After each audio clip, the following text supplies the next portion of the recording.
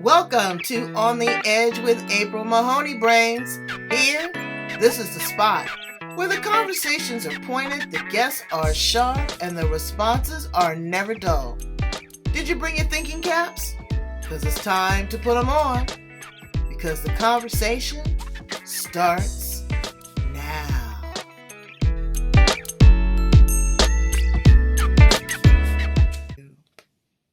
I think we're married.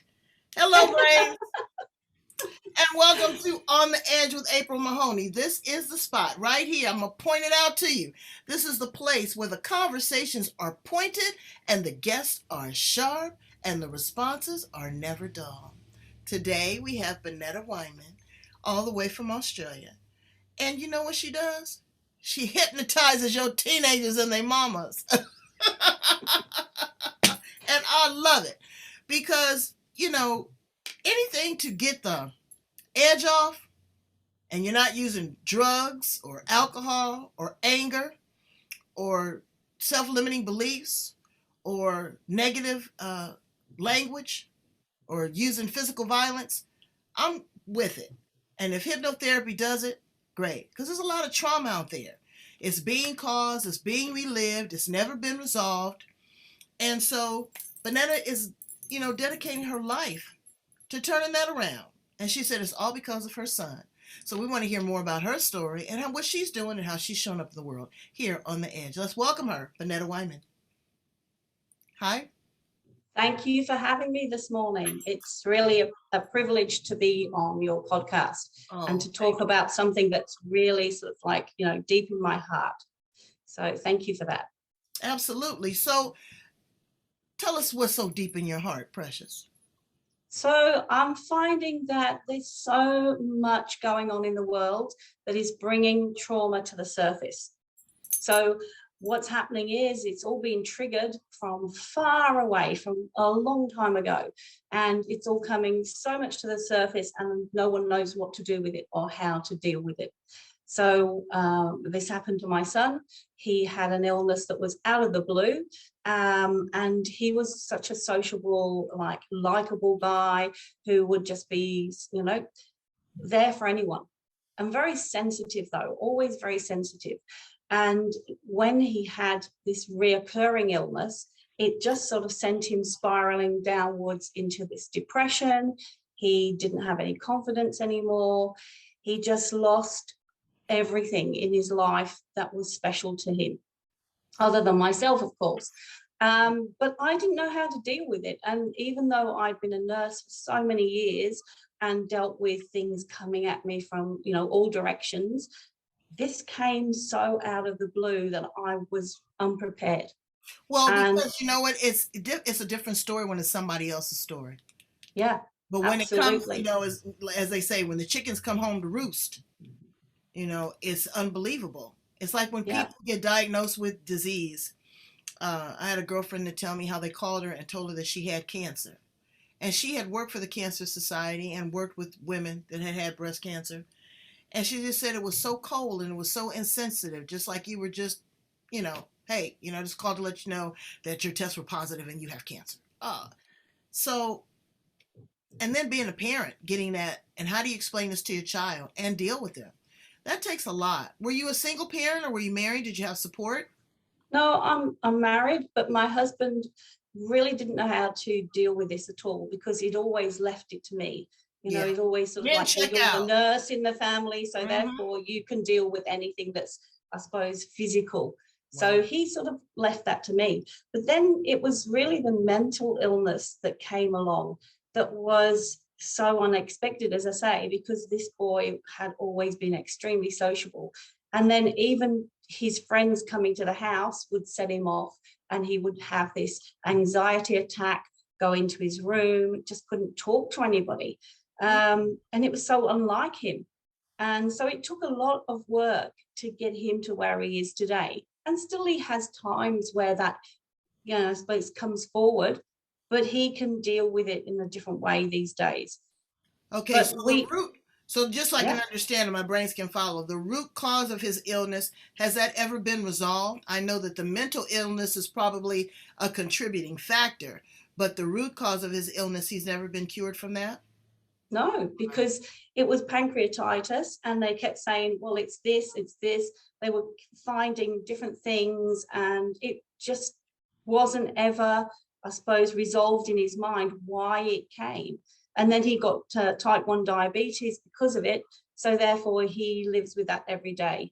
You know, the feeling of having to give his insulin, having to, I suppose, support himself in so many ways.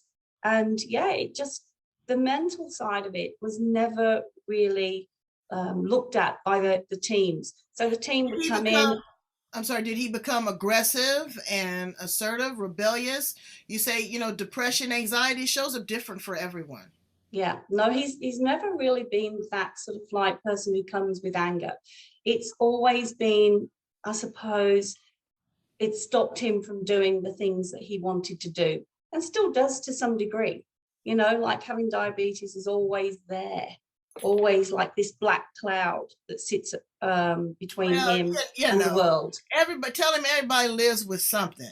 And, Yeah, just go ahead and take advantage because you know what they did here in the United States? So many people were dependent on insulin.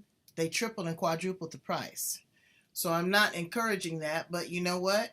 He can be an advocate. He can be a spokesperson.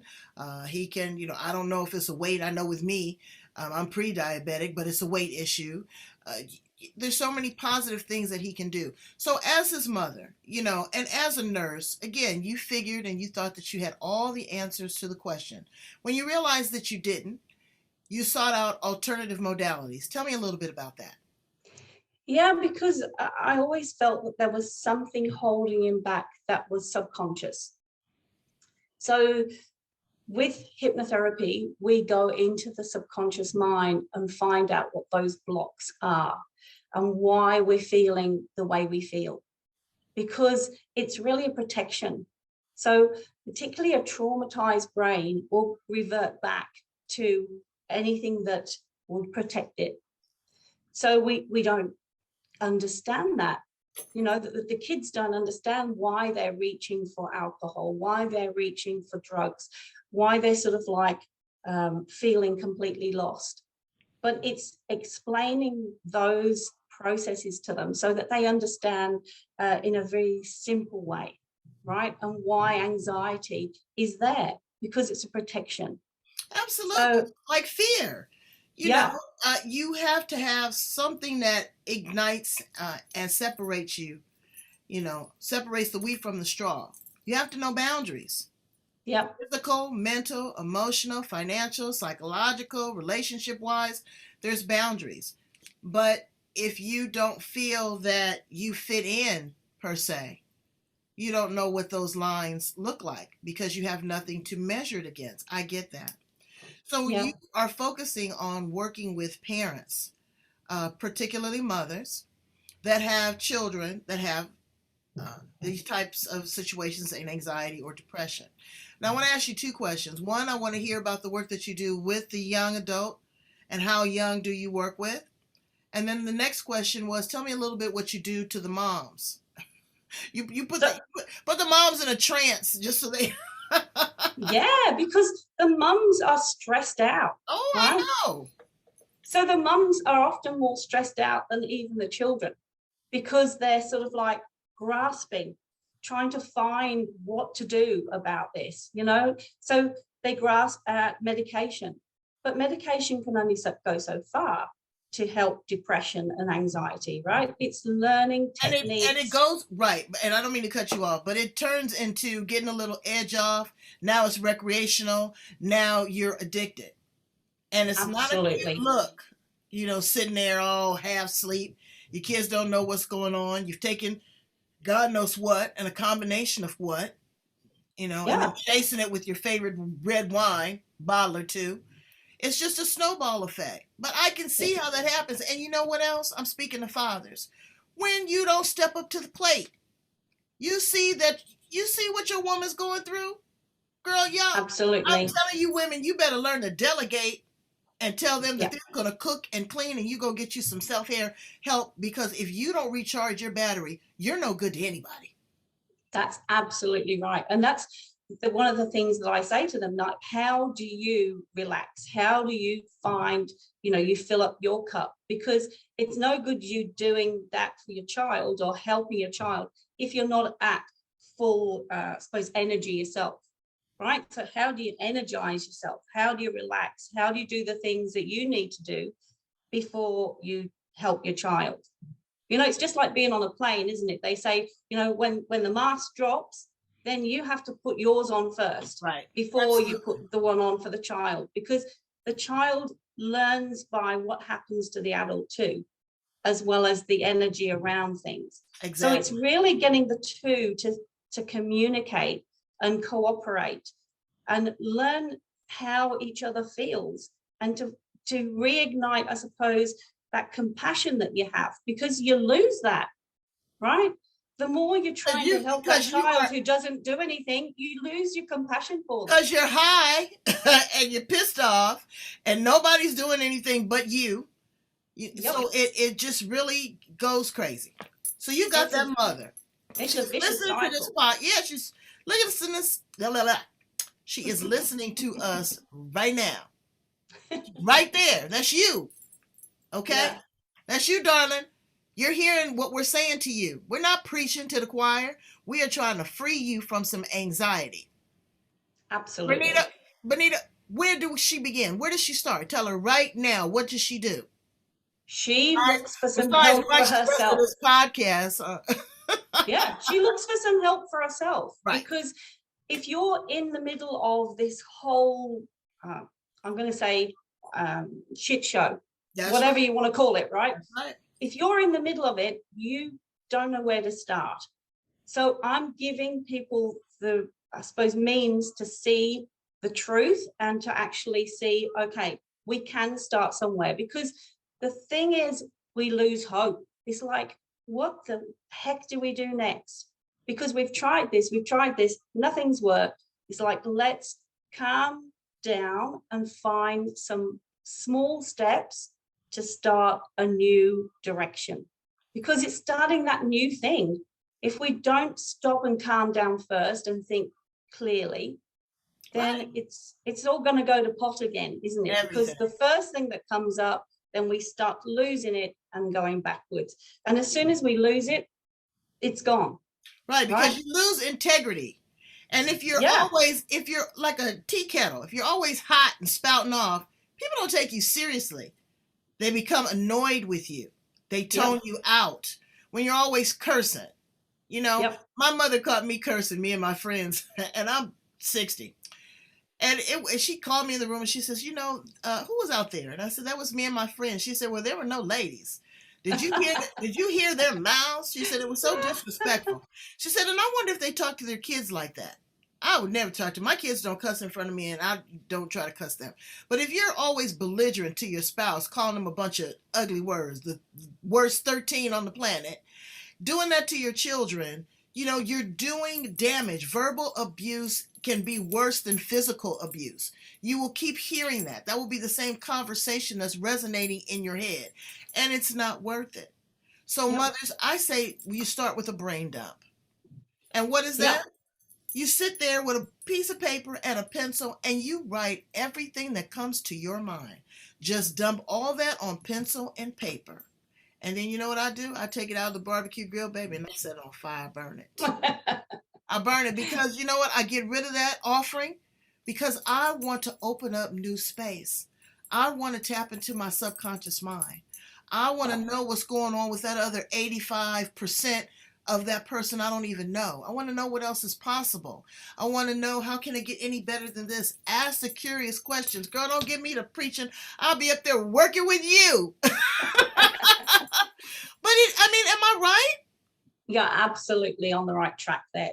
And actually what I found from a couple of my clients so far is that when I do this, they say, you're looking for possibilities. Yes, you're working some magic and looking for the possibilities to how to move on, how to move forward rather than go back to the same old cycle that we've got into, because it's a spiral. It takes us down and it takes the child down, and we just don't know what to do to start to move upwards, right? So we start to think about what's the possibilities here? How can we change our attitude and our ways and the way we speak to help that child to learn a different way? Right. And you know what? Expose them to real conversations, to real life experiences. Let Oh, them know, yes. unfortunately, yeah, when I was your age, something happened to me. I was involved in an accident. I smoked pot. Promiscuous sex. Let them know that you're relatable, that Yep. you're not just trying to dictate to them, because they are little people. And believe me, they know more than you think that they know about you, because they're watching and mimicking everything you do. It's epigenetics. It's generational trauma that goes from one generation to the next. And we have to be aware of that. Now, when you're working with teenagers, they're some strange fruit. Yep. Yep. Because the Because millennials now the world's different. it's The world has different. changed. It's Yep. different. You can give your therapy sessions with them online before they Yep. have to come in and sit there with you. Do you give them exercises? Do you give them, journaling? Do you give them a little Reiki or maybe emotional freedom technique? Do you do tapping, any of that? I don't do tapping, but I actually teach them how to breathe. So breathing exercises are really good because it helps them to calm the system. And while they're calming the system, they can think more clearly. So Mm, it's like, okay, we'll do that first, but journaling for sure, right? right, What's really upsetting you? Because we drill right down to what is really the problem here. What is really upsetting you? Where is that anger? What is it about? And then we start working with that. It's like, okay, let's have a look at it and really bring it forward, because what they're doing at the moment is pushing stuff down. So pushing it down, and have done for generations. It's like, but let's talk about the real stuff. but Benetta, when they have that breakthrough, what does that do for you? Because, and I keep it 100 with my brains. Everybody's got to get off on some kind of way. Oh, Does yeah. it bring you joy? Does it? Okay, now, but Yeah. does it bring you joy? Does it bring you relief? Does it give you a sense of power? Again, because that's powerful, to be able to allow someone to work with you and to get a major breakthrough in their life. Do they need ongoing sessions with you? Do you provide them with tools that they're able to say, you know what? I learned this from Miss Benetta, and she is just really, resonating in my heart. Do you ingrain those seeds in these children? Yeah. Because, if their parent has their own problems, it's like, well, let's say that they have their own problems. Does it necessarily have to run through you and your generation and the Right, next generation? right. Because if I can help them to see that and to say, I don't want it to run through the next generation, because as you said, it's epigenetic, it comes through. It's like, let's help them deal with that so it doesn't continue. So for me, this is the next generation and generations to come. So What this are you isn't saying? just all about now. What are you saying, unfortunately, are the trends with young adults? Is it isolation because of this COVID thing? Is it hostility and anger against their parents? They're just being rebellious. Do you see it's a large influence of drugs? What are you seeing? Or kind of, I know every child is different, but really, what's going on with the millennials right now? I think, it's a whole lot of stuff, but I think the COVID thing has come along to push people to thinking, what's the point? What's the point of getting everything right when we have no stability? So it's that feeling of, we don't know what's next. What is coming next? Because we've had the lockdowns, we've had you need to get vaccinated, you need to do this, and we're doing it what everyone's told us to do, and still it's out there. So Hmm. it's sometimes that feeling of, what's the point? Right. What's the point? Or they go and they have an amazing session with you and walk into the same dysfunction when they walk through the door. Yeah, How yeah, do they navigate with that? How do are they able to have that reservoir of self-love when the dam is blocked off? It's not fair. You don't know. And then these yeah, kids are suicidal, but also now they're dealing with gender identity. You know, Yeah. they don't want to be male or female. They're non-binary. Parents don't understand that. Yeah. You know, And they go through the transgender stage. They're going through the, homosexuality.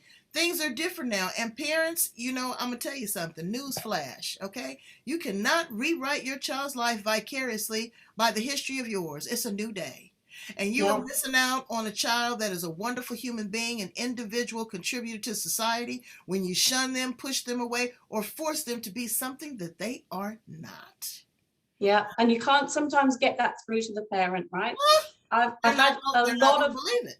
yeah, I've had parents who come and they say, oh, I don't want my child to be pushed into, I suppose, this, as you say, the gender identity thing. Oh, you have to get them to, I suppose, not do that. And I say, Right. I can't do that. Right. That's not what I'm here for, right? And let I'm them here to explore. get them Let to them have explore it. self-love.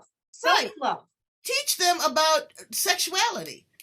That sexuality is between your legs, but your gender is between your ears. Yeah. And open your own ears, parents, to listen to these kids. They're committing suicide. Hello, do you love them? It's supposed to be unconditional love from a parent, right? But when you're trying to tell your kids, I mean, I have young adults at the moment who have come out of a religion that their parents have said, I can't love you if you don't come back to the religion, right? That is just so heartbreaking for me. It's like, this is your choice. Okay, you may not have the same beliefs as I do, but still love them. Right. And still give them your love. The thing is I got 2 great kids, but I don't agree with everything they do. But you know what I do? I try to step back and listen to them after I done run my mouth and told them what I thought. But I really try to step back and say, hey, let me look at this through another set of eyes. I'm not going to always be here. I can't force them to do anything, but I can be a partner in their life. I can be a solace. I can be a sounding board. I could be someone that they trust. If they, feel that if they trust me, they'll tell me. Yeah. And you might not always like what they say, but it's okay if they'll come to you and you say, okay, well, this is the way I look at it. I see it from this side of, I suppose, living on this earth for so many years. But ultimately, it's their decision. It's their decision. And if they want to go that way and take the consequences, then that's up to them. And sometimes that's the only way we learn, right? Is by getting the consequences of what we do. Absolutely. And, sometimes things that's like my daughter. I didn't know what in the world, how she was ever going to earn an income. Because she was just, whatever. It didn't, it didn't bother her. And then one day she came home and she says, I'm going to go to beauty school. And I said, well, you know what? I'm not going to pay for it. I said, because if I pay for it, you get into it and then you get bored. She had some buy-in. She got the loan. She graduated at the top of her class. And right now, she is a costume designer and makeup artist for the theater here in San Diego, California. But I let go and let God. I just stepped back a minute and said, you know what? Let her navigate it. She didn't take the path I chose her to take. She took her own path and she is soaring. And I ended up supporting her in that. I made her pay for her own school because there's got to be some consequences and you got to have some buy-in, some skin in the game. You don't have no skin in the game, then they're not learning a life lesson. You're enabling them. Yeah. And I think it takes a lot when someone's had a traumatic experience or an illness to do that. But I think that's the only way, and I made some big errors, I think, in sort of like not enabling him to do those things, to taking the power away because I wanted to protect him. Right. But it doesn't work. It doesn't work that way. So, sometimes they have to hurt. And when I say to kids who come here, you may be going back to, I suppose, a household that isn't perfect, but it's what you make of it. How can you make the best of what's happening there? It's until, of course, you can leave. When you get to a certain age, you can make your own decisions. You can make your own life. But until then, what do you need? You probably need education. You need to have some sort of idea in your head of what you can do, because it's up to personality as well. Like, what suits your personality? What can you do? So it's really, as I say, making the magic and going, what can you do? There's so many things that you may not have even thought of that you can do right now and for your future. So let's at least work with that. If you're not got the support at home, I'm here to try and support you as much as I can as a therapist. But I can't be your parent. I can be your therapist, and you can trust me, and I will support you as much as I can. But that's as far as I can go, right? And she can't be your best friend because she's a woman of a particular age, and she's not going to co-sign on some craziness. Okay? Yeah. She's going to call you out on it and make you be responsible. But that's the only way that you learn. And then once they do it, it's like when your boss calls you into the office, okay? And you know that you've done something wrong. And instead of puffing your chest all out and all of this jaw jacking and all that kind of stuff, just concede. You know what? Yeah. You're right. Let me dial back and let me look at it from a different perspective. I'm growing. I'm evolving. You know, we don't get these gray hairs for nothing. We do it because we love you. Thank you so much, Benetta Wainman, for being on the edge with me. You are an absolute brilliant soul. I thank you for working with this segment of the population and working with their parents. It's a lot, and you're able to pour into them from self-experience. I send you and your son and your husband abundance of love and light, that everything shine and radiate on you in a positive way. Thank you so much. So tell my brains how to get in contact with you, your email, if you have any current offerings, so that they can work with you. And brains, don't worry because she's in Australia. She's a point and a click away. Look, I'm in San Diego and she's in Australia. And we've made it, right? That's right. So how do they get in contact? So you can reach me on roadtosuccesshypnotherapy.com.au. That's my website. Or you can email me on the same at gmail.com. And of course, you know, like, I'm on Facebook. So just look me up on Facebook, Benetta Wainman, and I can get back to you and give you some tips and help. We can either work together, or I've got some online courses. There's so much that you can do from, you know, far away. Right. And make a game out of it. See, what you have to do with young people, you have to psychologically get into their brain. Yeah. Some sort of incentive. Okay, we'll go and play paintball, or we'll do this. I need you to take a little test for me. I'm doing this, I'm doing that. You know, you have to not just be, you treat them like an adult, but you don't always have to be on the same level with them. You need to be one tick or two ticks higher. Yeah. And also, like, have fun. You know, like, absolutely, one of the things that we miss or have missed with COVID is having fun and excitement and going out and exploring. So let's do that. You know, we can go have a coffee together. I can have a coffee with you, and you can be in a different country to me. You can get your coffee, I can get mine, and we can just sit and have a chat. Yeah. You know, it doesn't have to be so deep and heavy and, you know, feeling as though this is just therapy. Because therapy is in all manners of what we do, right? Right. Just going out and talking to your friends, or going out and kicking a ball, or going out in the sunshine for a walk is all therapy. Right. So therapy, and we all need to be careful, whether we teenagers, midlife, citizens, we all need it. And we're going to get it right here on the Edge, brains. So I need you to go like, love, and subscribe. Again, like, love, and subscribe. I'm trying to build those numbers on YouTube. We've got about 800 episodes altogether. I've got about 1,300. You will be as smart as me. No, seriously, 1,300 interviews. It has been amazing. And no two people are alike.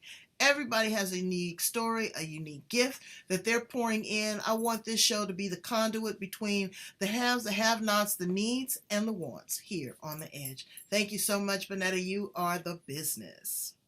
Thank you so much, April. And much love to you too. Thank you. Bye, brains. Bye-bye.